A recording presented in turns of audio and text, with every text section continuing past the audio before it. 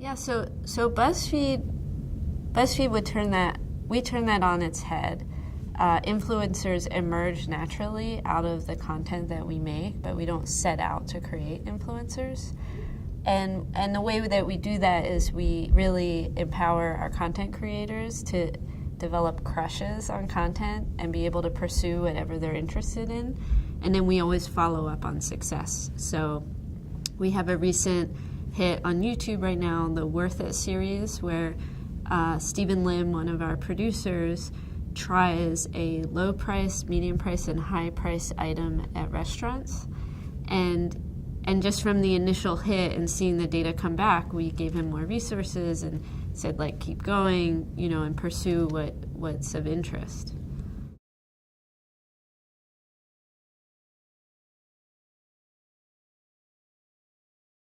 So I wouldn't categorize anything we do as worrying about risk so much as just following up on success and not really worrying. We try to de-risk failure. But to your point, there's a lot of data out there, and it gets very confusing what to focus on.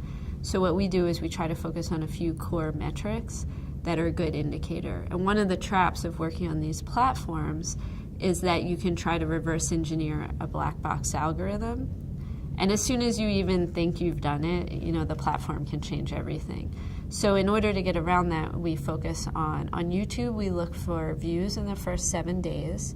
The reason for that is YouTube is a long tail platform where every video continues to accumulate views. We look at watch time, and we look at our subscriber growth.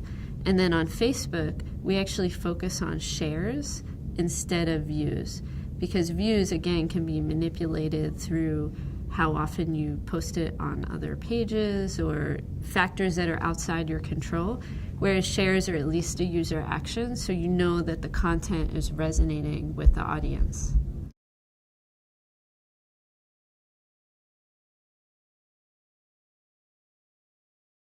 So YouTube, the promotion is whatever's inherent to the way you framed the video and the content itself. So if you make content that really resonates with the audience, it will go through the YouTube mechanisms like get suggested, appear on trending.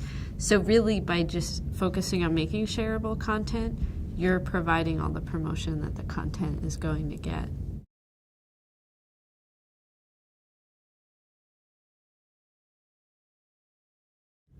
That's right. I would say it's really about, so when we say the frame of the content, we mean how we title it, and the thumbnail, and the content itself. And of course we tag it, but we don't go to extraordinary measures around getting into an SEO game.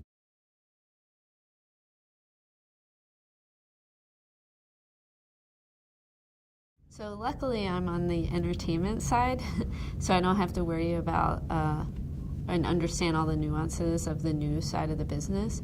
I am really proud to work at BuzzFeed, where we actually broke some of the stories about the fake news sources that are in Eastern Europe. But beyond that, I can't really comment on it.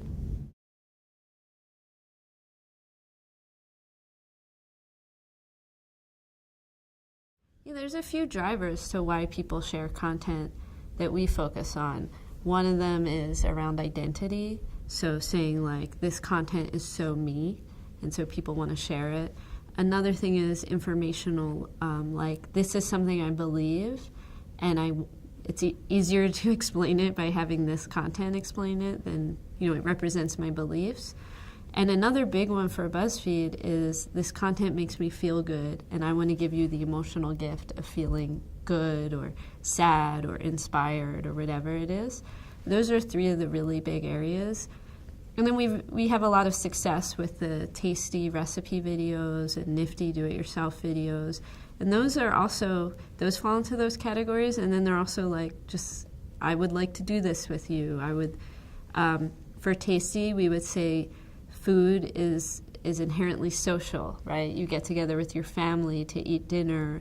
When you see an old friend, you have a meal. Food is inherent to everything we do in our lives, so it's inherently social.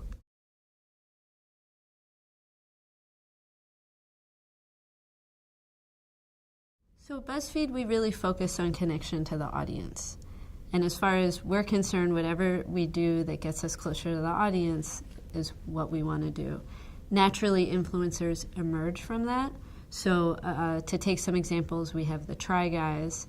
And then they really fall into identities that resonate. So like Ned is the married guy, and Zach is the single guy, and Eugene is the style icon who does everything right.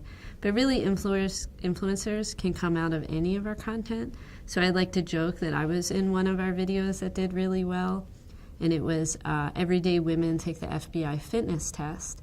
And I had the lower third saying like late 30-year-old woman, and the video sparked a lot of debate about what is an everyday woman, and I was really proud to get to be representing, an older woman who has a full-time job and can represent athletically. So really anyone who works at BuzzFeed can emerge as an influencer on a given subject.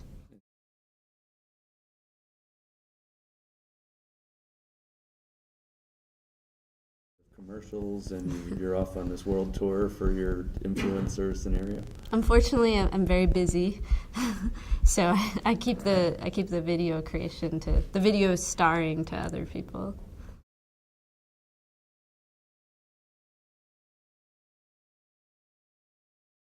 The really cool thing about BuzzFeed is sitting at the intersection of technology and media, so I'm just really excited about what's in store.